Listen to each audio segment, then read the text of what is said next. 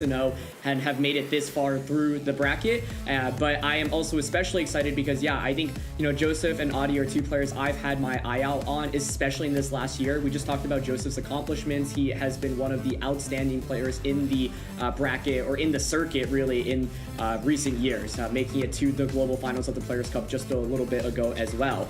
Adi, on the other hand, I think is a player that I've been especially impressed by in these last couple of months. It feels like his knowledge of the metagame is really, really sharp. He's always able to identify what the best trends are going into major events, and here he is with a very, very deep run. Win here will secure him a spot in the global finals. So this matchup is also pretty interesting. We've got that Colossal, Sierra, we saw that Colossal in action yesterday. We know that Joseph is really good at piloting it, and it's especially interesting because, it's Colossal versus Sun, and Groudon typically is really good against Colossal, right? It has that super effective ground type damage and can really just threaten it with the Max Quake. But Joseph actually has that Evoltal, and Groudons typically like to use Swords Dance, before actually starting to attack. But Evoltal with that potential foul play can do a lot of damage to Groudon. So I think a lot of this dynamic about this matchup is how does Joseph actually position his Colossal, and does he bring that Evoltal, and when does he bring it out to properly support it to make sure that the Groudon on the opposing side doesn't just potentially sweep.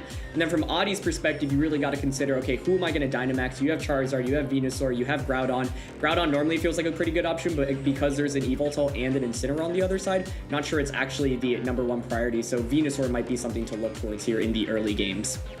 Yeah, this is definitely going to be a fantastic match. I'm so excited to get into it. So let's just get into this match. I just can't wait. Yeah, and something like this, pressure's on, but you can lose here and still make it to the global finals, but it would be nice to secure that win and advance on immediately. Audi starting with that Grimmsnarl next to the Venusaur here, and on Joe's side of the field, that Dragapult coming out right away next to that Colossal. Yeah, so classic Dragapult Colossal lead. This is an example of a matchup where there's not actually too much to just immediately stop Dragapult plus Colossal, right? And with this lead from Adi, you're actually going to outspeed with the Colossal after you get the Steam Engine and the Weakness Policy activation. So no switches immediately. It's just going to be a Dynamax, and let's see how this turn plays out. Max Venusaur coming out on Adi's side. I'm really interested about the no switch. Especially with that Earth Power on the Venusaur here, which is a little scary. Joe's going to go ahead and Dynamax that Colossal right off of the bat here. Both players looking to put some pressure out on the field. Yeah, and I'm really curious. We know what Joseph's going for here. So, Grimmsnarl's not going to go for a Fake Out in this position. So maybe something like a Light Screen, a Thunder Wave, Fake Tears even are all possibilities. And let's see. All right, Light Screen coming up from the Grimmsnarl, and the Dragapult just going for that Surf, of course. Classic Colossal start, activating that Steam Engine, as well as getting the Weakness Policy off on this Colossal. So it's going to be going fast and hitting hard here. And let's see what this Colossal does with the Max Flare going into this Venusaur. Dealing a good chunk of damage, but that Light Screen so this KO isn't getting picked up, and this Venusaur with its own Weakness Policy here is going to be hitting back hard with that Max Quake. There is that Max Quake you were talking about, Sierra, and that's actually enough to pick up the one-hit KO. That's not really what you want to see if you're Joseph. Normally with Colossal, you want to either get multiple hits off or at least get that G-Max Volcalith off, but now Venusaur's hung on, and Joseph actually set up the Sun for Adi, so Adi doesn't even need to switch out into something like that Groudon. This Venusaur now will just be able to outspeed everything on Joseph's end, and we see the Pokemon that Joseph's brought into this game, right? It's Dragapult, Incineroar, and the Evoltal. Evoltal's probably the best damage dealer at this point. The Dragapult is very support-oriented, so it's definitely not the first turn that you really want to have from Joseph's end. Adi going for a really safe play of that Light Screen. The Venusaur with that Weakness Policy build, that is something that is a little bit less common, but certainly can put in a lot of work. And Adi's just in such a good spot now, especially because you can just go for that G-Max Vine Lash and set up the residual damage. It's so difficult to deal with the residual damage stacking up over the next couple of turns. Grimmsnarl getting Reflect up, so any damage is going to be limited. And that Venusaur going for that G-Max Vine Lash into the Dragapult, dealing a good amount of damage and setting vines. The Dragapult with the Will-O-Wisp, it is going to connect onto that Grimmsnarl here. And this Yveltal with that foul play into the Venusaur. So close, but not quite picking up that KO here. Yeah, not enough. I was curious whether or not Oblivion Wing would actually finish it off, but of course that light screen was up, and Yveltal not exactly the most offensive of restricted picks there. But Adi actually even gets another potential turn here with this Yveltal, and the thing about the residual effect is that it's so strong, especially if you don't actually have a Dynamax on the field, right? Because everything is just taking 1/6 damage every turn. So Adi still has 2 Pokemon on the back. Now the Venusaur here is likely going to feign. You have to obviously worry about something like a Sucker Punch. Adi could Max Guard here if he was worried about Sucker Punch. But the reality is Adi doesn't even need to do that much damage, right? The Vine Lash will do the damage for him these next couple of turns. So you just need to make sure Joseph doesn't pick up any big surprise knockouts in the next couple of turns, and the game should be yours. Yeah, Joseph swapping out that Dragapult for the Incineroar, and that G-Max Venusaur is just going to go for the Max Guard. Grimmsnarl with the Spirit Break into the Yveltal. A little bit of damage here, as well as that special attack drop. And this Vine Flash damage, as you said, is definitely just going to be slowly adding up over time here. Yeah, so I'm trying to think, what's Joseph's path to victory at this point? I think the upside for Yveltal is that Yveltal can heal itself through Oblivion Wing. Now, the downside is Pokemon like Incineroar and Dragapult can't actually really heal, especially because, there's just no healing move, right? So with Yveltal, you basically have to hope to survive for a while and keep going for Oblivion Wings to make sure, you can't just get KO'd immediately. From Adi's perspective at this point, once again, there's still 2 Pokemon in the back. Groudon Shirley's in the back, and that alone, already looks really good. So I think Adi just wants to make sure he gets some guaranteed damage off on a turn-to-turn basis and wants to make sure Joseph can't heal too much with those Oblivion Wings. Fake Out from the Incineroar is going to pick up that KO on the Venusaur, as the Yveltal is going to go for a foul play into the Grimmsnarl, dealing barely any damage here. Grimmsnarl hitting back with a Spirit Break. A bit more damage being done, as well as getting another special attack drop here, and I mean, this damage at the end of every turn is really just adding up, and Joseph's definitely being put into a little bit of a pinch here.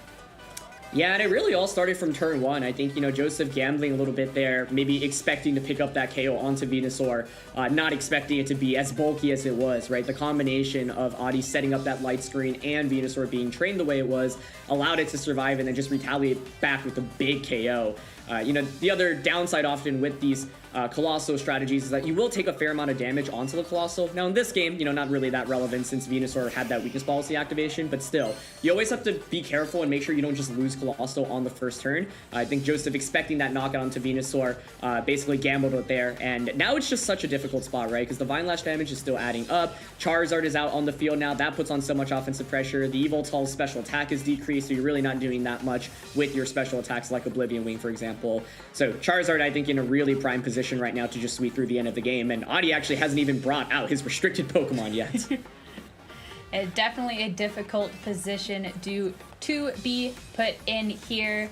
Players just finishing up their move selections, and that Yveltal is going to be swapping out back into this Dragapult here, which is barely holding on itself. None of these Pokemon are looking to too much of health. The Scorching Sands coming out from the Charizard, picking up a fair amount of damage onto that Incineroar. It is going to get some back with its berry, but all the Pokemon on Joseph's side are really hurting right now, and it just leaves Adi in a position to just keep dealing damage and be picking up these KOs just one by one here. Yeah, I think that switch is definitely the best option from Joseph's end. I mean, you basically need to position yourself to a point where you can bring in the Yveltal and I guess hope to get a Oblivion Wing off, but yeah, I mean, Flare Blitz doesn't do that much to Charizard. Yveltal's going to come back in, and the other part of the problem is that Charizard outspeeds in this position, right? Its base speed is just a little bit faster here than the Yveltal, so Colossal is so important in this matchup if you look at Adi's team, right? It's really important in dealing with Charizard, Venusaur. You've got the potential Volklet into that Grimmsnarl as well, so I think that Joseph just needed to get more mileage out of Colossal in this first game, and I think I'm sure he's identified, hey, that's what I need to do in the upcoming games, and I think this one is pretty much a wrap at this point. I mean, Adi still has this Charizard out in the field. You can't outspeed with Incineroar and Yveltal unless the Charizard's, not really speedy for some reason, but most of them are these days. You can always swap the Grimmsnarl out here into that presumed Groundon, set up the Sun so that you get the Solar Power for Charizard. Then, you can go for any combination of attacks. It's probably best to go for, your 100% accurate attack so you don't risk any misses, but this is pretty much all but one for Adi at this point. An Ancient Power coming out from that Charizard here is going to clean up the KO on that Yveltal here. And as you said, not much else can be left done in this match. Grimmsnarl hitting the Spirit Break into the Incineroar. A little bit of chip, but I mean, at this point, every single one of those little bit of chip attacks are adding up. Parting Shot into the Charizard to drop that special attack, but all of this is just too little too late here, and surely Adi this next turn will be able to just pick up that KO. Joseph recognizing that and just leaving the match now to get started into a game 2. The Ancient Power there was pretty cool because we've seen Ancient Power and Scorching Sands on this Charizard, and it's also not a Life Orb Charizard, which is typically the item that most players expect on a Charizard on an offensive team. I know Assault Vest Charizard was actually something that was trending upwards going into this tournament, so I wouldn't be surprised if we're actually running the Assault Vest item, right? You typically obviously want a Fire type attack and a Flying type attack on it, so that's pretty cool to see. You know, that Ancient Power basically 100% guaranteed win as soon as you target that Yveltal. No need to even switch out into the Groudon in that position, but I think the name of this game was definitely just about Colossal, right? Joseph needs to get more mileage out of his Colossal, and so on turn 1, you definitely don't want to, you know, be activating that Venusaur's weakness policy. You mentioned that Earth Power, that Max Quake before it even came out, Sierra. That's exactly what happened, and so if Joseph goes with the same leads, you know, I think maybe going for a Volcalith instead onto either slot would definitely help him out a little bit more, because at the end of the day, the Colossal needs to stick on the field, I think, for more than just one turn. Yeah, losing the Dynamax target the first turn for any player is devastating, and the whole team at that point being pivoted around that Colossal, losing it just meant that there wasn't really too much Joseph could do there. But I'm very intrigued to see how he's going to approach this matchup in game 2, so let's get into it. Yeah, let's get started. I think from both players, the same Pokemon makes a lot of sense. It's just about how you position it and how you play with it, especially on this first turn, because I think turn 1 is so volatile here, right? You have the Surf opportunity from Dragapult. You can go for that Volcalith. Now, on Adi's side, he could always switch out Grimmsnarl as well into, say, Groudon. That sets up the Sun immediately, and then your Venusaur is just boosted, right, in the Sun. But one thing you might want to watch out for, potentially, is that same Max Flare play. So it looks like Joseph is going to adjust his gameplay a little bit this time, targeting that Grimmsnarl down instead. On Adi's side, going for that Max Venusaur yet again here. As you mentioned last time, the Colossal not being able to get the Volcalith off to be dealing the rocks damage. Joseph also recognizing that and going for that setup. I mean, that damage just adds up so much over time here. I am interested to see where the Venusaur targets, if it's going to be targeting back into the Colossal. What's nice this time around is Joseph not targeting into that Venusaur. It means that there's actually going to be no weakness policy activated. And with the bulk that we've seen on the Venusaur, not sure if it'll pick up the KO despite how much any ground move does to this Colossal. Yeah, that's a fantastic point there. So I think, you know, Adi going for that light screen makes sense. You know, like, Colossal is specially oriented. Might as well just guarantee you don't take too much damage in the next couple of turns. Surf still does so much damage to that Colossal to get things started, but I definitely like Joseph's adjustment here this time around, realizing, hey, that Max Flare is not going to KO Venusaur if light screen goes up on turn 1. Fair enough. This Volcalith hitting into the Grimmsnarl is going to be a big hit, and not bringing it down to the yellow, not quite doing enough damage to be picking up the KO, but that rocks damage is going to add up to pick it up in the next couple of turns. Max Quake here hitting into that Colossal, 44 HP. This Colossal gets to stick around for a second turn in the second game here, and I think that is going to be huge going forward. Yeah, that's absolutely huge. I mean, one of the questions I really have here is how the Venusaur is trained, because given how well it took that Max Flare, you know, in game 1, I wouldn't be surprised if it was like a super bulky variant, given that it's a weakness policy variant as well. So definitely curious about that, but I think Joseph in a much better spot than he was after turn 1 of last game, where you've gotten the Volcalith up now. You see he's opting for that light screen, which I think is a great option because Adi has Venusaur. He's probably got that Charizard in the back as well. I like the Max Guard play here just to make sure Colossal survives another turn. And yeah, we'll see if Adi reads into this Max Guard. Grimmsnarl taking the opportunity while it's still on the field to be setting up a Reflect as well, getting both of those screens up. The Dragapult as well setting up a light screen. I like the setup from both of the players here, just getting the screens up. The Venusaur going for that Vine Lash into the Colossal, looking to pick up the KO, and unfortunately, with that Max Guard, nothing's going to happen as well, not getting that Vine Lash damage set up as it did in the previous match. So this is really interesting because that was a great Max Guard from Joseph's end. And I mean, in all fairness, Adi at best could maybe go for a Max Ooze or a Vine Lash onto like the Dragapult slot, but that's not going to pick up a KO anyway. And I don't think the residual Vine Lash damage actually would have finished off Colosso, so, you know, wanted to put on the pressure against the Cole. But now Groudon is out, right? You've set up the Sun, but the Dragapult has Will-O-Wisp here, so burning Groudon in itself is already huge. Colosso here, I think likely will actually outspeed in this position as well, so we'll have to see how both players train their Colosso and Venusaurs respectively. But if Joseph gets one more attack off here with Colosso, it's absolutely huge, and this Will-O-Wisp is also honestly a really big deal because Groudon normally is something like, you know, you want to get out, maybe get a couple of Swords Dances off with and sweep with, but the combination of Will-O-Wisp from this Dragapult plus that foul play from the Yveltal in the back means that Groudon is in a much more compromising situation. So that's exactly why Audi probably hasn't prioritized it in this set, right? And not just lead it and try to Dynamax on turn 1 because, you know, the opposing Dragapult has that Will-O-Wisp. Groudon just swapping out right away here, going into that Charizard to make sure the Will-O-Wisp is not going to do anything. This Max Flare hitting into the Venusaur, and so close to picking up that KO. Of course, that light screen reducing the damage, but the Max Flare getting some more damage with the Sun, but not quite there, and it will activate that weakness policy. The Vine Lash hitting into the Colossal, finally taking it out and setting that Vine Lash damage for the turns to be coming up here. Yeah, finally gets the knockout, but, you know, in game 1, Venusaur managed to knock out Colossal in 1 hit. This time around, it took 3 hits just to knock out the Max Colossal there. So the Charizard switching is nice, you know, doesn't get burnt there in the end.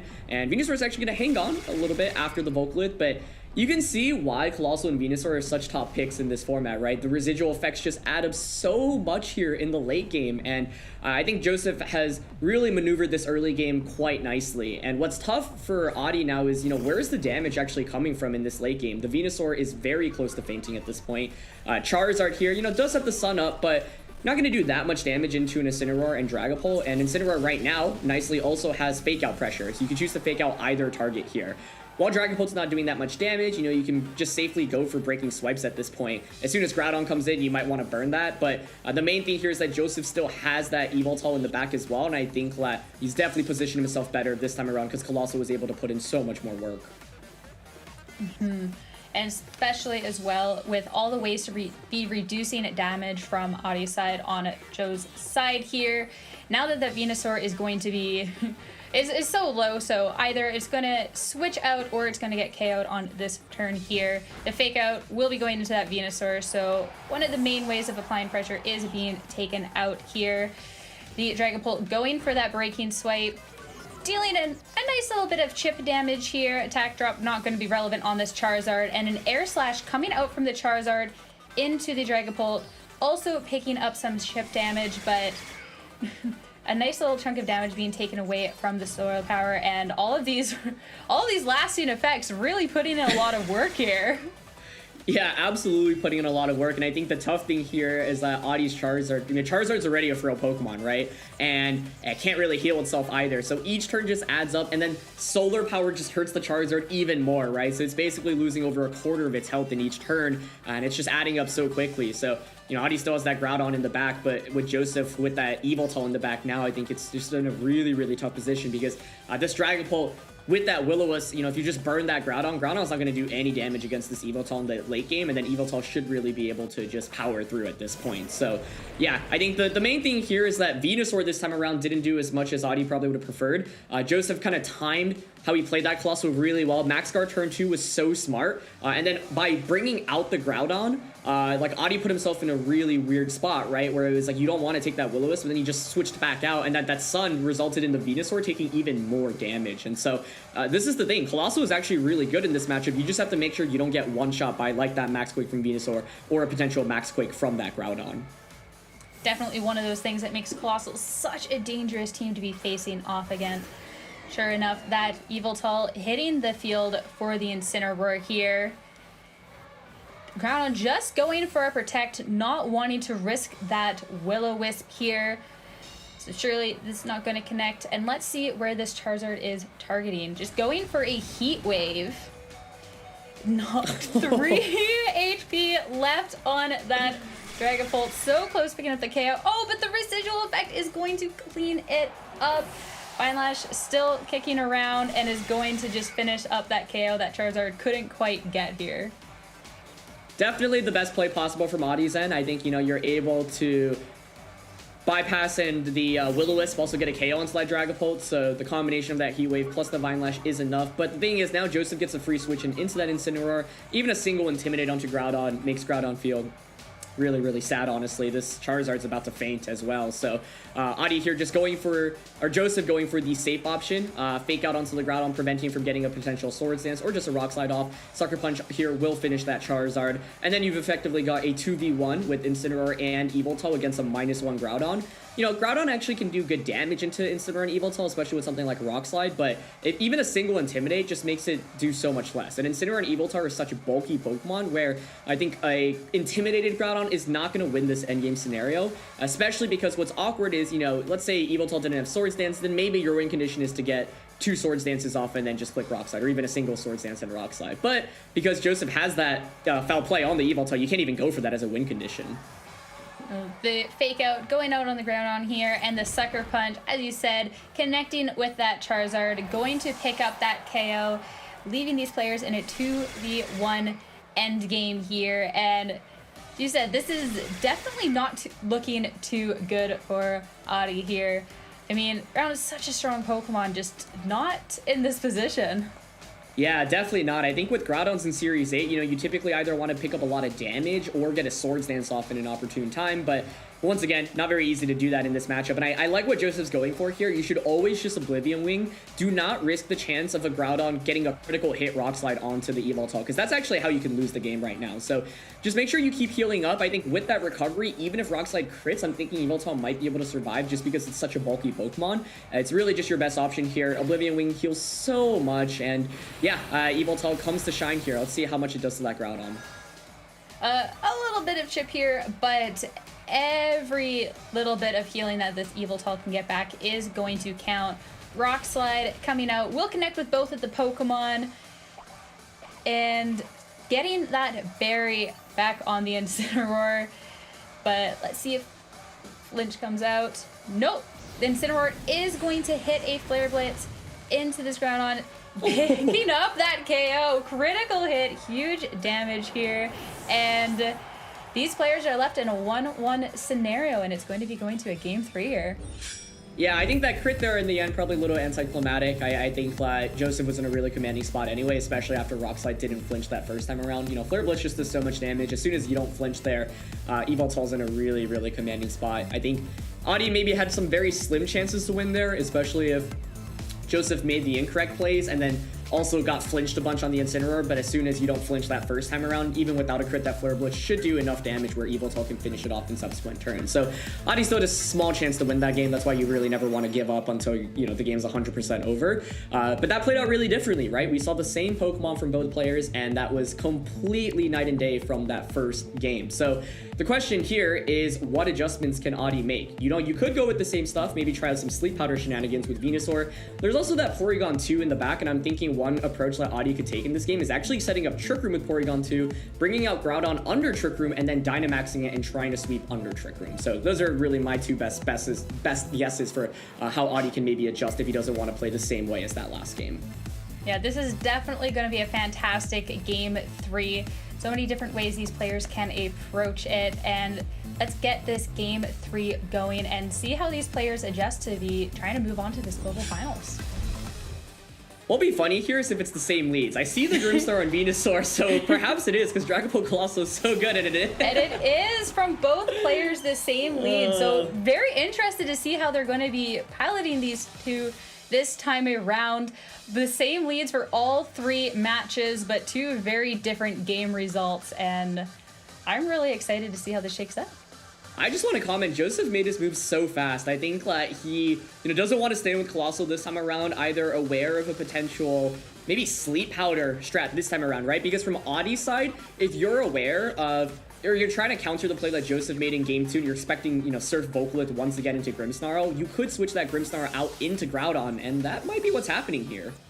Sure enough, that Groudon coming in for the Grimmsnarl here, getting that Sun set up so the Venusaur with the Chlorophyll ability can go lightning fast. Colossal swapping out as well, going into that Yveltal, and let's see what this Venusaur decides to go for here. And it is the Sleep Powder coming out. It is going to connect here onto the Yveltal.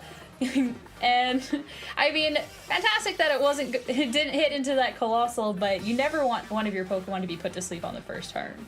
Yeah, absolutely, especially if it can't, burn a turn to sleep immediately. This Yveltal is essentially useless, at least for this next turn, and it's basically a completely vulnerable spot. So I like the play Joseph's going for here. I mean, he's contemplating going for Surf. Like, you could just switch that Yveltal right back out into Colossal and Surf, right? Now, from Audie's end, you could potentially read into that. Say, for example, just go for a Precipice Blades or an Earth Power into that slot immediately. You could also fish for another Sleep Powder here into the Yveltal switch out. So there are definitely a lot of options. And I think you see that there's the safety goggles here on the Dragapult, so you definitely don't want to Sleep Powder into that slot. This next turn is really critical, honestly, because I think, Joseph read into that Sleep Powder turn 1, but he's still in a pretty tough spot, needs to get this turn correctly, because if Audie predicts this and KOs the Colossal with, like, the Venusaur and Groudon, I think, honestly, Audie will just win the game after that.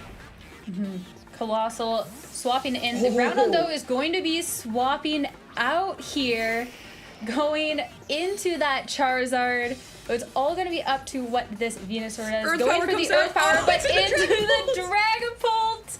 This Colossal, that would have been a devastating Earth Power into that slot if Audie got that prediction. But instead, this Dragapult able to hit the Surf and set up this Colossal with that Steam Engine, getting that weakness policy. And that Colossal with the free swap in here was absolutely huge. Yeah, I was thinking, Audie was in a position to really punish this switch, but he probably didn't want to get hit by a Will-O-Wisp from that Dragapult. Wanted to position the Charizard in. Joseph, on the other hand, makes this really nice play, gets the Colossal in safely. That was such a high-risk, high-reward play, but man, are we seeing the reward pay off right now.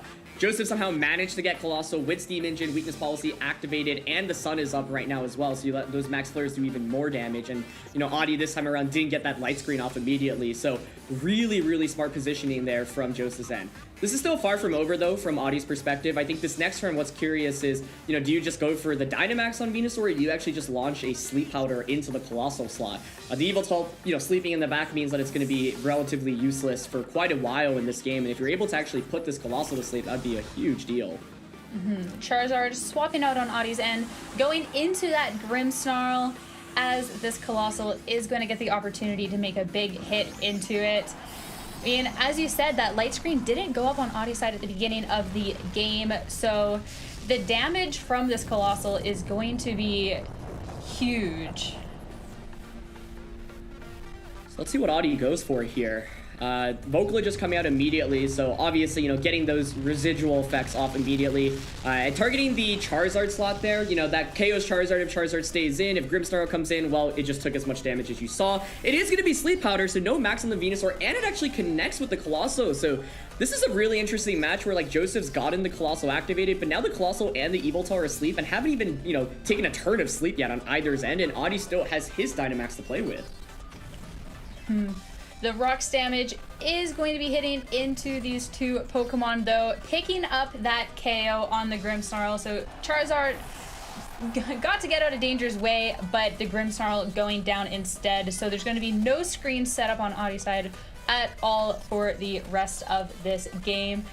So the Colossal getting to stick around for another turn, but being asleep, I mean, Joseph's gonna have to get a little lucky here with the sleep turns, or potentially even looked at swap to preserve it. I mean, you never want it to go down, but at the same time, it's not going to be doing much here. Yeah, and to explain, both plays, I think that was a smart play from both ends. Joseph didn't want to take a, like, for example, if Charizard max last turn and then just max Quake into Colosso, that could be a disaster, right? So Joseph wants to cover for that option. You can't cover for the Sleep Powder and the Charizard max option, so it just goes with the safer one in Charizard. I mean, if Sleep Powder misses from Venusaur there from Adi's end, I think Joseph actually probably just wins the game. So Adi made the right play in switching out, getting that Sleep Powder off, but now it's a really interesting spot for both players. Colossal burning that first turn of Sleep. Earth Power from the Venusaur. Hitting into it, the Dragapult firing back with a Breaking Swipe, just getting a bit of chip off, and it's going to be big what this Gigantamax Charizard goes for. The Airstream, trying to get a little bit of the speed control, hitting into the Dragapult, bringing it right down, but not quite picking up the KO here, but getting a bit of speed control on his side of the field. Yeah, and Adi's side is just, running dangerously low on HP right now. The Volcalith effect, once again, is just so good, and this Charizard taking a beating from both the Volcalith and the Solar Power of Venusaur, also, getting dangerously low as well. So, Colosso did take a turn of sleep there, so if Adi doesn't address it right away, I mean, it can just wake up here, and if it actually gets another attack off, it feels like it's in such a commanding spot, but it looks like Joseph's actually contemplating a potential switch here. So, I think okay. He's looking for the double switch, which is certainly an interesting option here. I mean, it's such a weird spot to be in right now, right? Because Joseph just doesn't have that much damage on the board, but Adi's field is also slowly fainting from the Volcalith damage. And so, yeah, he is actually going to switch that Colossal out, which I have to say I wasn't expecting, but I think definitely can make some sense, especially if you're worried about just getting KO'd before the Colossal can attack.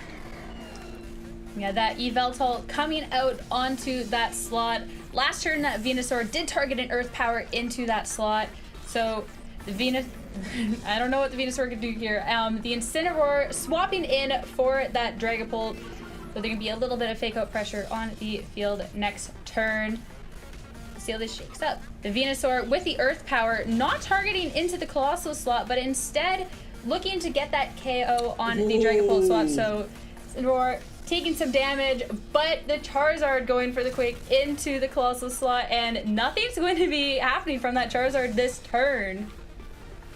Yeah, that's such a good switch in from Joseph's end. To deny any potential boosts and waste a turn of max is really, really sweet. And now Adi still has one more turn of that max on his end on Charizard, but yeah, I mean, Joseph's gonna need to definitely get some wake up soon enough with this Colossal, but the switch is definitely a start, right? Adi can't really cover for every single option. For example, yeah, it's really tough to go for an attack that gets you guaranteed damage off. What's also interesting is even if you go for the Wildfire in this game, Incineroar and Colossal actually don't really take that residual damage, and so Wildfire a little bit less effective here as a result. So this is going to be a really interesting finish. This definitely feels like the closest game out of the three that we've had so far. I honestly really have liked how both players have approached this game. It's been really high risk, really high reward, and those opening turns definitely put us in a really interesting endgame now. Adi switching up that Venusaur, going into that Groudon, getting that Sun set back up here. As the Yveltal is also going to go for the switch back into that Colossal. It's still asleep, but it did get that one turn of sleep burnt off earlier. Quake coming out from the Charizard, hitting into that Incineroar, bringing it real close down to the red, but not quite picking up that KO either. Yeah, and that's why you see Life Orb so often on Charizard, right? Able to just do the extra little bit of damage that you need to actually pick up some KOs, but it's a really big survival there from Incineroar. It's able to heal back up and get that parting shot off, and that's actually so critical because we know that Adi has that Groudon, right? And so if Incineroar fainted there, you don't have Intimidate for that Groudon anymore, but now you're able to conserve the Incineroar, bring it back out for another Intimidate. So yeah, I mean, I think it felt really, really tough if that actually faints there. Now, Joseph's Pokemon are still sleeping. He hasn't really burned too many turns of sleep either, so needs to get some quick wake-ups, I think. But Adi has also taken so much damage across the board, especially on that Charizard and on that Venusaur. And, Groudon coming in and taking that Volcalith will chip it away at it as well. So the Volcalith has just done so much work for Joseph in this game. While his Pokemon are sleeping, he's made some nice defensive plays to let that damage kind of add up real quickly. So it's going to be really interesting to see how long these Pokemon stay asleep for. I mean, you can always get unlucky here and have them sleep for quite a few turns here, and they haven't, like, as you said, they haven't really burnt off too many turns of sleep yet. The Colossal has burnt off at least one, so it's going to be interesting to see if either of them get the wake up. All right. I'm curious here. Yeah, I'm curious if Groudon goes for like a Swords Dance at any given point.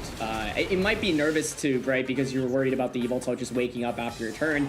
Let's see, Swords Dance, and then Yveltal can just foul play you and potentially pick up a knockout. So it might just go for a Rock Slide instead. Doesn't want to deal with those sleep turns. All right, Groudon just going for the Rock Slide here.